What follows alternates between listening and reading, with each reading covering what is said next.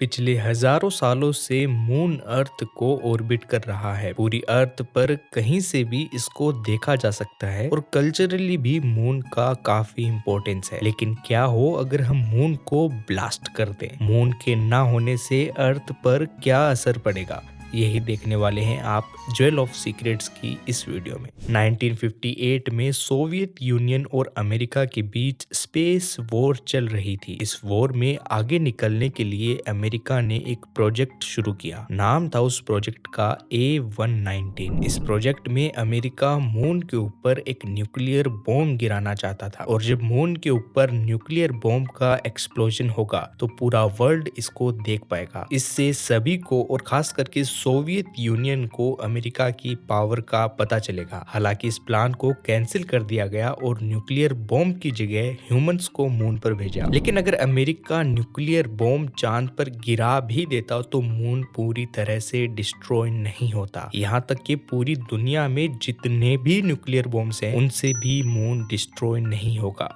एक nuclear bomb को billions of time powerful करने के बाद भी मून को कुछ थोड़ा ही फर्क पड़ेगा। इसका मतलब कि मून को इस समय ब्लास्ट करना इम्पॉसिबल है। लेकिन हम थोड़ा फ्यूचर में चलते हैं और इतनी टेक्नोलॉजी हमारे पास आ जाती है कि हमने मून को डिस्ट्रॉय कर दिया। मून को डिस्ट्रॉय करते ही उसके कुछ टुकड़े अर्थ को ऑर्बिट करना शुरू कर देंगे और सैटर्न के जैसी एक पतली सी रिंग अर्थ के राउंड भी बन जाएगी। कुछ टुकड़े रिंग में ना शामिल होकर अर्थ पर भी बरसेंगे, लेकिन उससे अर्थ को कोई खास नुकसान नहीं होगा। जो मेट्रोइड्स अर्थ को हिट करते हैं वो 100 किलोमीटर पर सेकंड की स्पीड से ट्रेवल करते हैं, लेकिन मून के टुकड़े केवल 8 किलोमीटर पर सेकंड की स्पीड से ही ट्रेवल करते हुए अर्थ की ओर आएंगे। चांद के बिना रात के समय ज्यादा तारे हमको दिखेंगे, क्योंकि मून के कारण बाकी दूसरे कम ब्राइट स्टार्स हमको नहीं दिख पाते थे। अब मून नहीं होगा, मून से स्कैटर होने वाली लाइट नहीं होगी, तो वो कम ब्राइट स्टार भी हमको आसानी से दिख पाएंगे। चांद के बिना हम कभी सूर्य ग्रहण भी नहीं देख पाएंगे। और हाँ,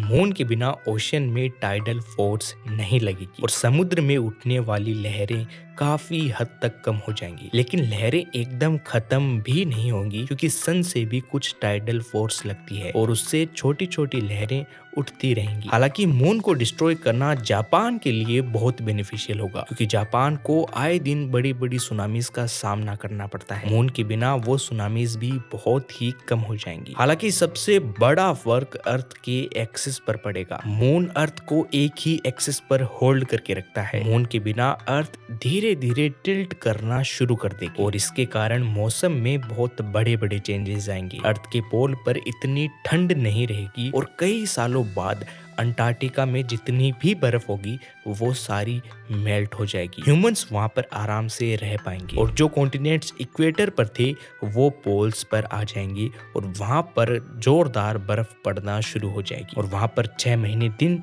और 6 महीने रात होगी। लेकिन यहाँ तक पहुंचने में अर्थ को हजारों साल लग जाएंगे, क्योंकि अर्थ एकदम से टिल्ट नहीं होगी बल्कि धीरे धीरे टिल्ट होगी। 5000 साल बाद दुनिया एकदम ही अलग होगी। लोग अंटार्कटिका में रह रहे होंगे और कई देश पूरी तरह बर्फ से ढक चुके होंगे और ओशियंस ज्यादातर शांत ही रहेंगी बिना किसी लहरों के। हालांकि प्रेजेंट टाइम में भी इसका एक बहुत बड़ा नुकसान होगा, क्योंकि मून के बिना स्पेस मिशन करने में बहुत मुश्किल होगी, बहुत वक्त लगेगा। अब चांद अर्थ के काफी नजदीक है, तो उस पर ह्यूमन स्पेस मिशंस कर सकते हैं। ह्यूमंस स्पेस में जाकर वहां पर लैंड कर सकते हैं, मून से वापस टेक ऑफ कर सकते हैं। इससे हमें आइडिया लगेगा कि हमारी टेक्नोलॉजी कितनी एडवांस है। जैसे कि मून पर इंसान 3 दिनों में पहुंच सकते हैं, वहीं पर मार्स में पहुंचने में 7 महीने लग जाते हैं। तो 7 महीनों का वेट नहीं करना पड़ेगा, हमको केवल 3-4 दिनों के अंदर ही हमारी टेक्नोलॉजी के बारे में सब कुछ पता चल जाएगा। हालांकि आप इस बात से बेफिक्र रहिए कि कभी कोई मून को डिस्ट्रॉय कर देगा, क्योंकि ह्यूमंस कभी भी इतने बेवकूफ नहीं होंगे कि वो जबरदस्ती मून को डिस्ट्रॉय कर देंगे। एनीवेज, आपको कैसी लगी आज की वीडियो कमेंट में लिखकर जरूर बताना, और ऐसी और भी वीडियोस देखने के लिए अपने चैनल को सब्सक्राइब करना मत भूलना। मुलाकात होगी आपसे अगले वीडियो में, तब तक के लिए जय हिंद,